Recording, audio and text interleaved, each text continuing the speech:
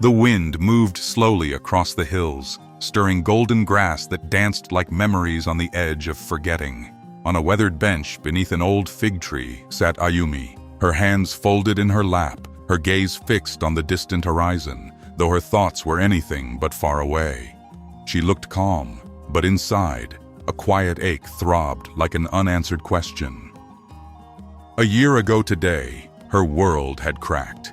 Not loudly, not with dramatic collapse, but in the quietest, cruelest way, when someone she loved simply stopped showing up. No note, no confrontation, just silence. And the silence grew louder with every passing day. People told her to move on, to stay strong, to forget. But Ayumi had learned something in the months that followed. Pain doesn't vanish when ignored. It sinks deeper. She had come to this secluded place, far from the noise of advice and the echo of regret, not to forget, but to feel. She didn't want to escape the pain anymore. She wanted to understand what it was trying to say. And somewhere in the hush of that afternoon, she began to ask the question that would change everything. What if the path to peace isn't found by pushing pain away, but by letting it in? Ayumi's fingers brushed the rim of the teacup resting on the wooden table beside her. The tea had long gone cold, untouched, just like so many things in her life recently. Conversations left unfinished, doors unopened, emotions unspoken. She thought acceptance would look like a breakthrough, like a grand moment of clarity, a sunrise bursting through clouds. But it wasn't.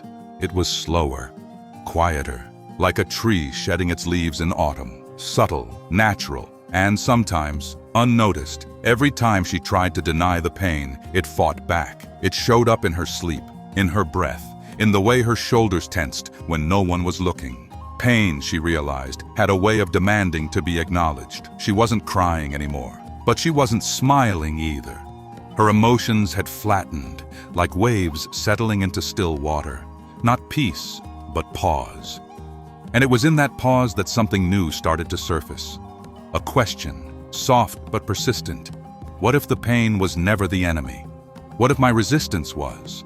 That evening, Ayumi returned home to find everything in its place, except herself. The room was quiet, but inside her, a storm had begun to rise. She sat at the edge of her bed, holding a photo she hadn't touched in months. A moment frozen in time, 2 smiles, one now missing. She wanted to scream, to finally cry, but she couldn't. It wasn't numbness. It was something worse, the feeling of drowning slowly in clarity. She knew what she needed to do. But knowing and doing were 2 different oceans, and she was lost somewhere in between. The truth she had been avoiding was simple, cruel, and freeing all at once. Holding on wasn't keeping the love alive. It was keeping the pain alive. Ayumi curled into herself, not out of weakness, but out of the unbearable weight of resistance. She realized that her suffering hadn't come from what happened, but from her refusal to let go of what no longer was. And as that realization settled, so did the silence. A silence that didn't echo pain, but invited surrender. The next morning, Ayumi walked without purpose. Her feet led her through a quiet park she rarely visited. The air was cool, and the city hadn't fully awakened. Birds were the only voices she heard. And then, an old woman, sitting alone on a bench near a pond, tossing breadcrumbs to the water. Ayumi would have passed her by. But something about the way the woman moved, slow, steady, and fully present, made her stop. Without turning, the woman spoke. Pain doesn't leave when you fight it. It leaves when you stop needing it to. Ayumi stood frozen. She hadn't said a word, hadn't asked a question, but the old woman had answered something inside her anyway. The woman finally turned, her face soft but lined with time. You've been holding on, thinking it honors the loss. But real honoring means living fully, not quietly drowning in what's gone. Ayumi sat beside her, wordless. The woman didn't offer comfort. She offered space. And in that stillness, Ayumi felt it for the first time. Not the end of pain, but the presence of peace, waiting patiently behind it. The old woman stood slowly, brushing crumbs from her lap. She didn't look at Ayumi, just extended her hand and said, "Walk with me." They strolled in silence, their steps soft against the gravel path. After a while, the woman handed Ayumi a smooth pebble from her pocket, small, round, warm from the sun. "This," she said, "is your pain." Ayumi held it, confused. The woman smiled gently. "Now carry it, not in your pocket, but in your open palm." At first it felt light, almost silly. But as minutes passed, the weight became noticeable. Her fingers cramped slightly from holding it steady. She resisted the urge to adjust her grip, and that's when she understood. "The pain doesn't ask to be buried," the woman said. "It asks to be seen, to be held gently, not clutched in fear." Ayumi's eyes welled up. The stone hadn't changed, but how she carried it had. That walk wasn't about getting somewhere. It was about how we walk with what hurts, with openness, with care, without shame. The sun had risen higher now, warming the air but not softening the strain in Ayumi's arm. She had been holding the pebble for nearly an hour. Her hand ached, her elbow felt locked. The simple act of carrying a small stone had turned into a silent battle. She kept walking, but each step felt heavier, not because of the pebble, but because of what it meant. Every memory, every what if, every I should have, they all lived in that stone. And still, she didn't drop it. The old woman, walking just ahead, finally stopped by a willow tree. She turned to Ayumi and said, "You're not weak for feeling tired. You're just human for trying to carry what was never meant to be carried this long." Ayumi's hand trembled now.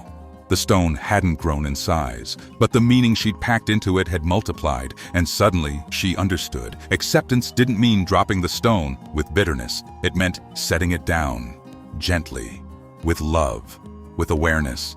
So she kneeled and with both hands placed the stone on the earth, not to forget it, but to no longer be ruled by it. Ayumi sat beneath the willow tree, hands now empty, but her chest strangely full. There was no applause, no grand release. Just a breath, a deep, effortless breath that reached places in her she hadn't touched in months. She realized something profound. The pain had never been the enemy. It was the resistance that made it unbearable. The pushing, the pretending, the need to be okay when she clearly wasn't. She looked at the stone resting calmly at the tree's roots. It didn't judge. It didn't cling. It simply was. And in that stillness, Ayumi saw her path. Not forward, not backward, but inward. Acceptance wasn't about surrendering to the pain. It was about making peace with its presence, giving it room to exist without letting it define her. She smiled. Not because everything was fixed, but because she had stopped trying to fix what didn't need fixing. Her story didn't need rewriting, it needed understanding. And in that quiet moment, Ayumi finally felt what she had been chasing all along. Peace, not as an escape, but as a homecoming. The afternoon light filtered through the branches above, casting soft golden patterns on Ayumi's face. She didn't move quickly. There was no rush in her bones anymore, only presence. She stood slowly, her body lighter, not because the past had disappeared, but because she no longer fought it.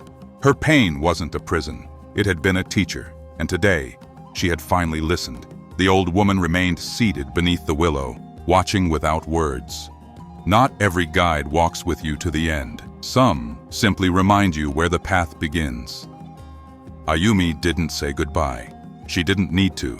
The lesson had already become part of her. Quietly, steadily, she walked away, toward nothing in particular. And yet everything had changed. For the first time, peace didn't feel like something she had to earn. It felt like something she had finally allowed. As the trees swayed gently in the breeze behind her, Ayumi whispered to herself, not with sadness, but with release, "I am not what I carry. I am what I choose to let go of." What pain are you still holding on to? Not because it's real now, but because you forgot how to live without it.